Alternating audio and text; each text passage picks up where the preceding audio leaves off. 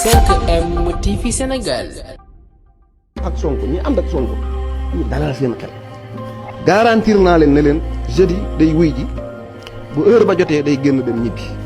mbokk yi siifuru 5M TV Sénégal dal leen ak jàmm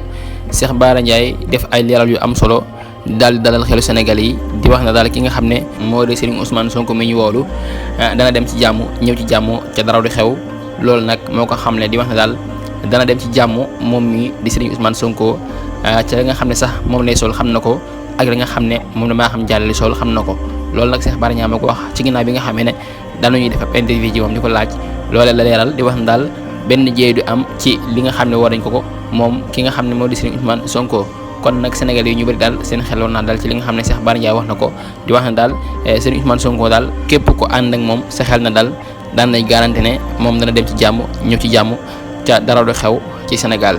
voilà kon mbokk yi jox leen dig daje beneen incha allah ci 5M TV Sénégal jaa ngeen jëf ci ànd beeg 5M TV Sénégal ngeen wéy di abonné di partager vidéo yi jaa ngeen jëf ci topp gi ak sa fooy ak nga gi jaa ngeen jëf. 5M TV Sénégal.